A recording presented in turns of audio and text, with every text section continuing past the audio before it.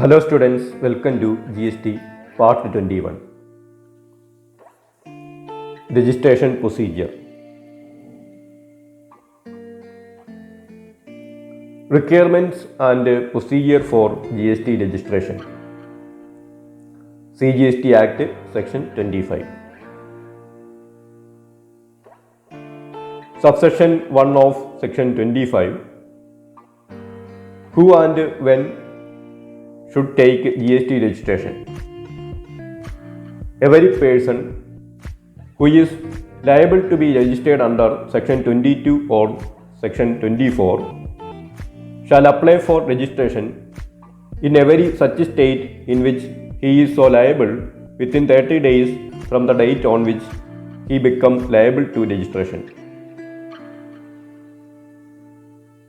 മുമ്പ് ഡിസ്കസ് ചെയ്ത സെക്ഷൻ 22 പ്രകാരമോ സെക്ഷൻ 24 പ്രകാരമോ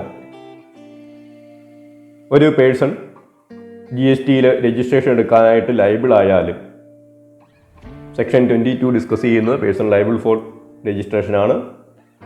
സെക്ഷൻ 24 ഡിസ്കസ് ചെയ്യുന്നത് കമ്പൽസറി രജിസ്ട്രേഷൻ ആണ്.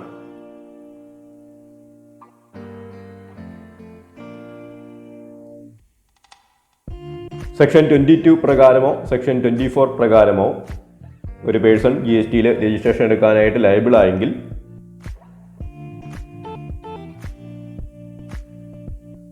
ഏത് സ്റ്റേറ്റിലാണോ ലയബിൾ ആവുന്നത് ആ സ്റ്റേറ്റിൽ ലയബിളായി 30 ഡേയ്സിനുള്ളിൽ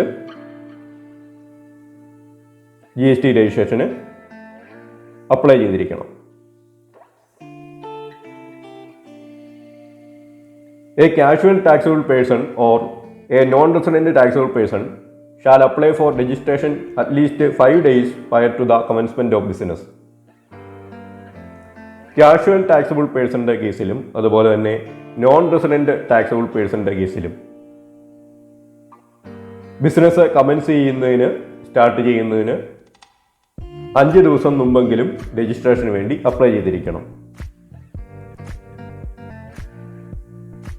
A person having a unit in a special economic zone or being a special economic zone developer shall have to apply for a separate registration as distinct from his place of business located outside the cess in the same state.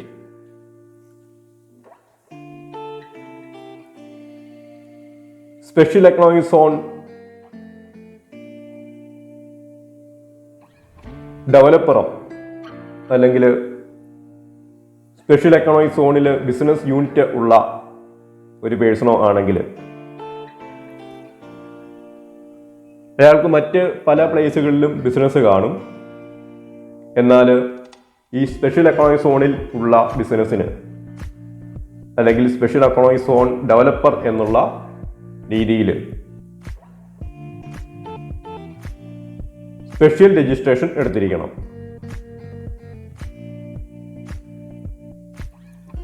മറ്റ് പല പ്ലേസിലും ഈ പേഴ്സണ് business ഉണ്ടെങ്കിലും special economic സോണിലുള്ള ബിസിനസ്സിന് separate registration എടുത്തിരിക്കണം. Every person who make a supply from the territorial waters of India shall obtain registration in the coastal state. Indian territorial വാട്ടറിൽ ഗുഡ്സ് സപ്ലൈ ചെയ്യുന്ന ആളാണെങ്കിൽ ആ ടെറിട്ടോറിയൽ വാട്ടർ ഏത് സ്റ്റേറ്റിൻ്റെ അധികാരപരിധിയിലാണ് വരുന്നതെന്ന് നോക്കിയിട്ട് ആ സ്റ്റേറ്റിൽ GST രജിസ്ട്രേഷൻ എടുത്തിരിക്കണം. Subsection 2 of section 25. Separate registration for multiple places of business within a state or union territory. A person seeking registration under GST shall be granted a single registration in a state or union territory. A person having multiple places of business in a state or union territory may be granted a separate registration for each such place of business subject to conditions prescribed.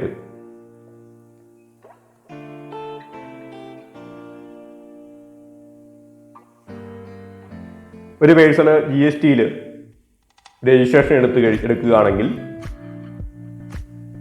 ഒരു സ്റ്റേറ്റിൽ അയാൾക്ക് ഒരു registration ആയിരിക്കും കൊടുക്കുന്നത്. ഒരു union ടെറിട്ടറിയിലാണെങ്കിൽ ഒരു registration ആയിരിക്കും കൊടുക്കുന്നത്.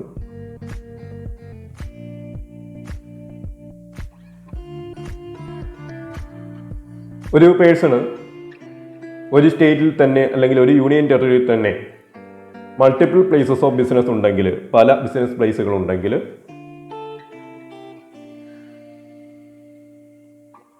അതിൽ ഓരോ ബിസിനസ് പ്ലേസിനും സെപ്പറേറ്റ് രജിസ്ട്രേഷൻസ് ചില കണ്ടീഷൻസിന് അനുസരിച്ചുകൊണ്ട് കൊടുക്കാനായിട്ട് സാധിക്കും.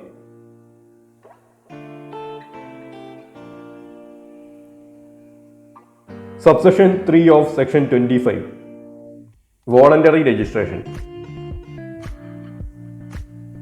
A person not liable to be registered under Section 22 or Section 24 may get himself registered voluntarily, and all provisions of the Act as are applicable to a registered person shall apply to such a person.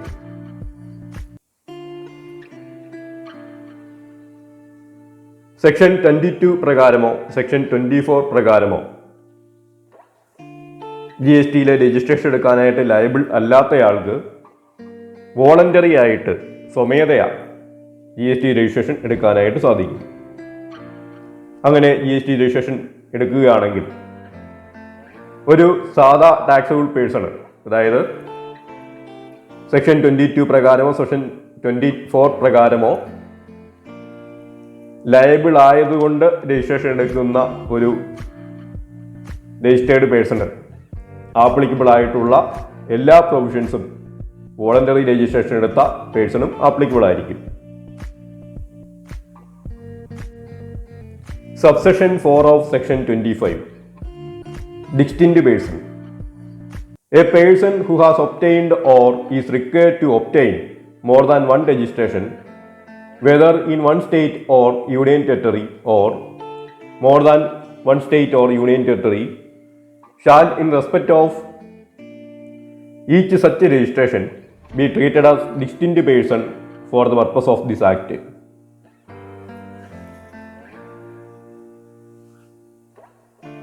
ഒരു person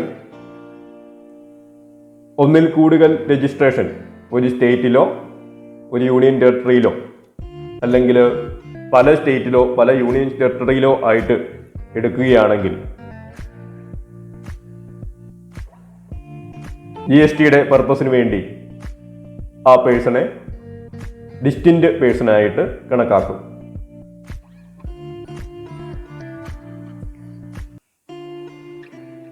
ഒരു person ഒന്നിൽ കൂടുതൽ registration ഒരൊറ്റ സ്റ്റേറ്റിലോ പല സ്റ്റേറ്റിലോ ആയിട്ട് എടുക്കുന്നുണ്ടെങ്കിൽ ആ പേഴ്സണെ ഡിസ്റ്റിൻറ്റ് പേഴ്സൺ ആയിട്ട് കണക്കാക്കും.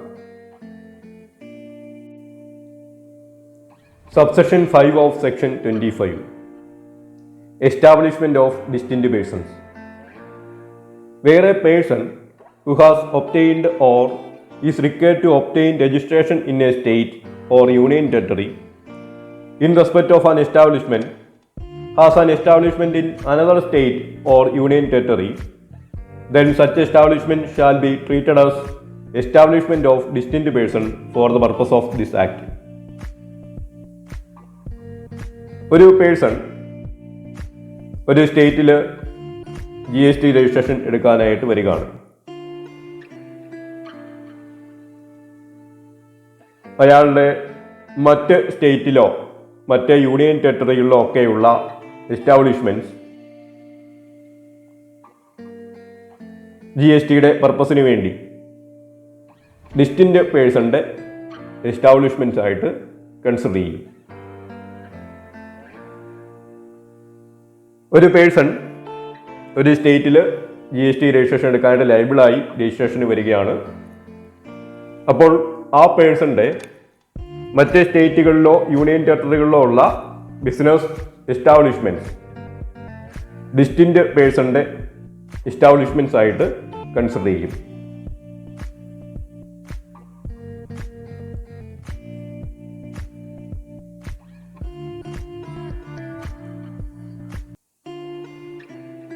Subsection 6 of Section 25, PAN and TAN. Every person shall have a permanent account number issued under the Income Tax Act in order to be eligible for grant of registration. GSTയിൽ registration എടുക്കുന്നതിന് വേണ്ടി income tax department issue ചെയ്യുന്ന permanent account number അഥവാ PAN ആവശ്യമാണ്.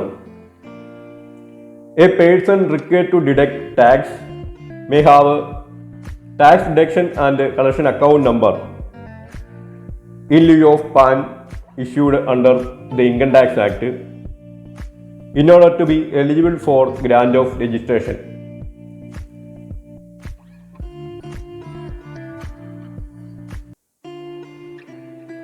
Tax deduct ചെയ്യേണ്ട person ആണെങ്കിൽ TDS TCS ഒക്കെ cut ചെയ്യേണ്ട പേഴ്സൺ ആണെങ്കിൽ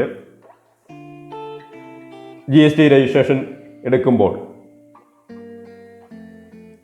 പാന് പകരമായിട്ട് പെർമനന്റ് അക്കൗണ്ട് നമ്പറിന് പകരമായിട്ട് ഇൻകം ടാക്സ് ഡിപ്പാർട്ട്മെന്റ് ഇഷ്യൂ ചെയ്യുന്ന ടാൻ നമ്പർ ഉണ്ടായിരിക്കണം. Tax deduction and collection account number.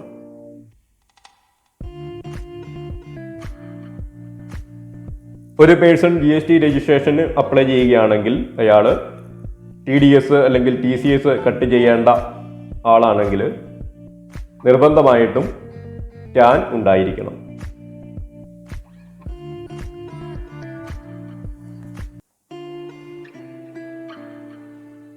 Aadhaar verification. Subsection 6A of Section 25. Existing registered person will have to get verified through Aadhaar number. GSTയിൽ already registration എടുത്തിരിക്കുന്ന ആൾക്കാർ Aadhaar verification ചെയ്യണം. ഇത് പിന്നീട് add ചെയ്ത സെക്ഷനാണ്.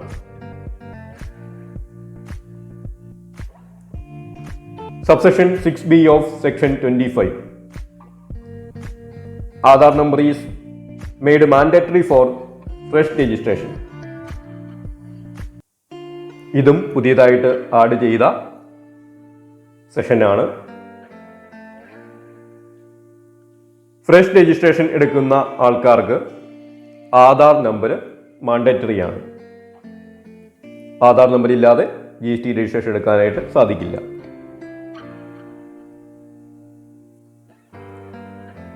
Subsection 6C of Section 25. A person other than an individual, the authentication will be by verification of Aadhaar number of partner, director, trustee, authorized representative, managing committee member or Karta of HUF. ഒരു individual ആണ് GST registration വേണ്ടി apply ചെയ്യുന്നതെങ്കിൽ ആ വ്യക്തിയുടെ Aadhaar verify ചെയ്യും. എന്നാൽ ഒരു partnership ഫേമാണ് GST registration apply ചെയ്യുന്നെങ്കിൽ പാർട്ട്ണറുടെ ആധാറാണ് വെരിഫൈ ചെയ്യുന്നത്. ട്രസ്റ്റാണ് GST രജിസ്ട്രേഷന് അപ്ലൈ ചെയ്യുന്നതെങ്കിൽ ട്രസ്റ്റിയുടെ ആധാർ വെരിഫൈ ചെയ്യും. ഹിന്ദു അൺഡിവൈഡഡ് ഫാമിലി ആണെങ്കിൽ കർത്തായുടെ ആധാറാണ് വെരിഫൈ ചെയ്യുന്നത്. അങ്ങനെ ഓർഗനൈസേഷൻ്റെ നേച്ചർ അനുസരിച്ച് അതിലെ മെമ്പറുടെ അല്ലെങ്കിൽ മെയിൻ മെമ്പറുടെ ആധാറാണ് വെരിഫൈ ചെയ്യുന്നത്. Subsection 6D of Section 25. The government can exempt a person or class of person or any state or union territory or part thereof from Aadhaar authentication on the recommendation of GST Council. Example, person who is not a citizen of India. GST കൗൺസിലിൻ്റെ recommendation അനുസരിച്ചുകൊണ്ട് central ഗവൺമെൻറ്റിന് ഏതെങ്കിലും ഒരു പേഴ്സണെയോ ഒരു class of പേഴ്സൺസിനെയോ ഒരു സ്റ്റേറ്റിനെയോ ഒരു union ടെറിട്ടറിയോ ഒക്കെ ആധാർ വെരിഫിക്കേഷനിൽ നിന്ന് ഒഴിവാക്കാനായിട്ട് സാധിക്കും. ഇന്ത്യൻ സിറ്റിസൺ അല്ലാത്ത ഒരാൾ GST രജിസ്ട്രേഷൻ എടുക്കാൻ വന്നാൽ Aadhaar verification നിർബന്ധമല്ല.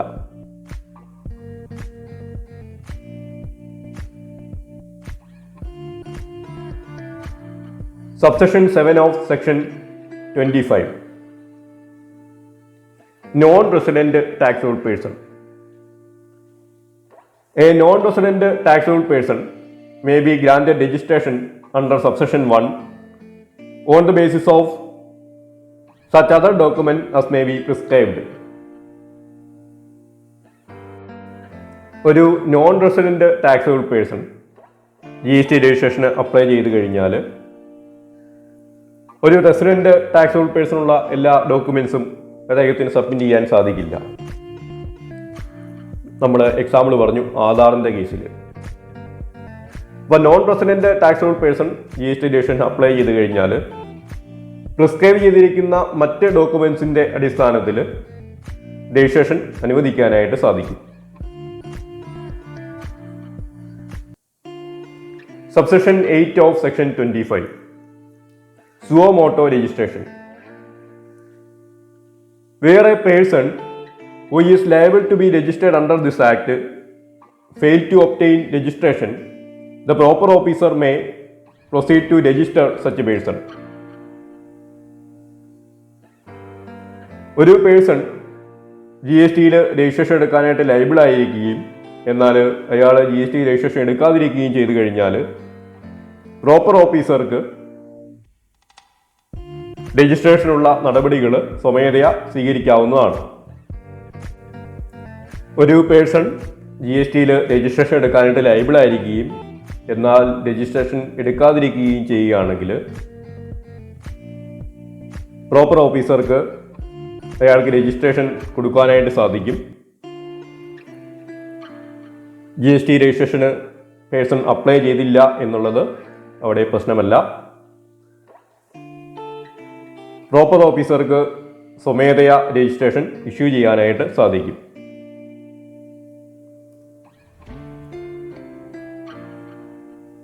Issue of UIN. Subsection 9 of Section 25. Any specialized agency of United Nations organization or any multilateral financial institution and organization notified under the United Nations Privileges and Immunities Act 1947,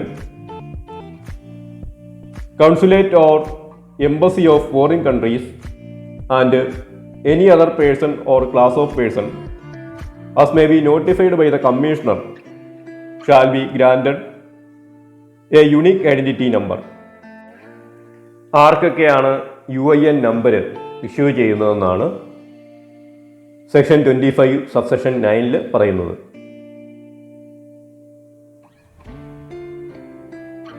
United നേഷൻസിൻ്റെ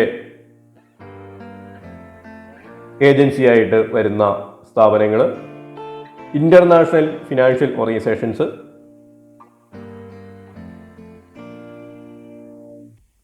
foreign consulate, embassy, commissioner notify ചെയ്യുന്ന special category of persons, ഇവർക്കൊക്കെയാണ് UIN number issue ചെയ്യുന്നത്.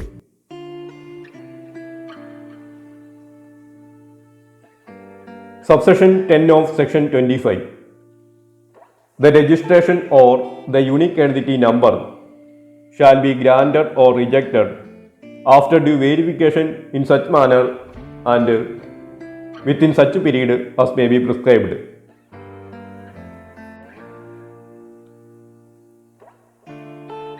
മുകളിൽ പറഞ്ഞ കാറ്റഗറിയിൽപ്പെട്ട person GST രജിസ്ട്രേഷന് apply ചെയ്യുക അല്ലെങ്കിൽ UIN നമ്പറിന് apply ചെയ്യുകയാണെങ്കിൽ റൂൾ 9 പറയുന്ന തരത്തിലുള്ള വെരിഫിക്കേഷന് ശേഷം രജിസ്ട്രേഷൻ കൊടുക്കുകയോ ആപ്ലിക്കേഷൻ റിജക്റ്റ് ചെയ്യുകയോ ചെയ്യാവുന്നതാണ്.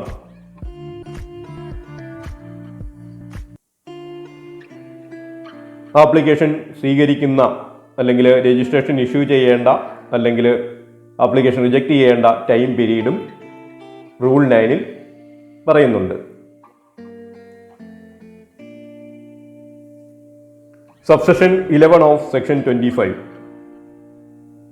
Issue of registration certificate. A certificate of registration shall be issued in such a form and with effect from such a date as may be prescribed.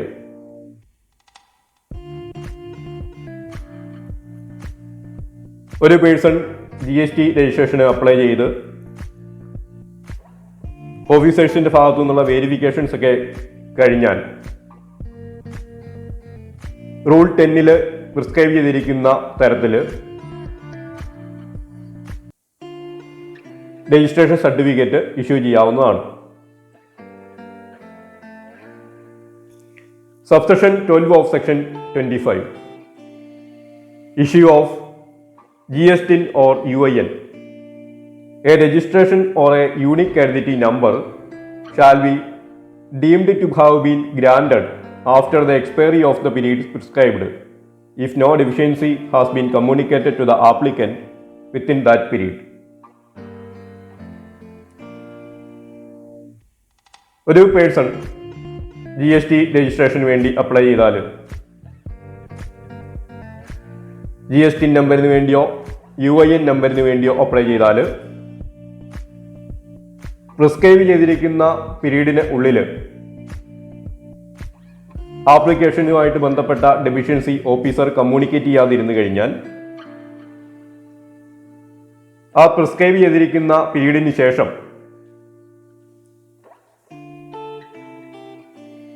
GSTIN അഥവാ UIN number proper officer issue ചെയ്തതായിട്ട് കണക്കാക്കും. Prescribed പീരീഡിന് ഉള്ളിൽ ആപ്ലിക്കേഷനുമായിട്ട് ബന്ധപ്പെട്ട deficiency communicate ചെയ്യാതിരുന്നു കഴിഞ്ഞാൽ prescribed പീരീഡിന് ശേഷം ആ കാലാവധി തീരുമ്പോൾ GSTIN അഥവാ UIN നമ്പർ അത് പേഴ്സണെ ബേസ് ചെയ്ത് ചിലപ്പം GSTIN നമ്പർ ആയിരിക്കാം, ചില കാറ്റഗറിയിൽപ്പെട്ട ആളുകൾ അപ്ലൈ ചെയ്താൽ UIN നമ്പർ ആയിരിക്കാം. നമ്പർ ഇഷ്യൂ ചെയ്തതായിട്ട് കണക്കാക്കും. Thank you for watching this video.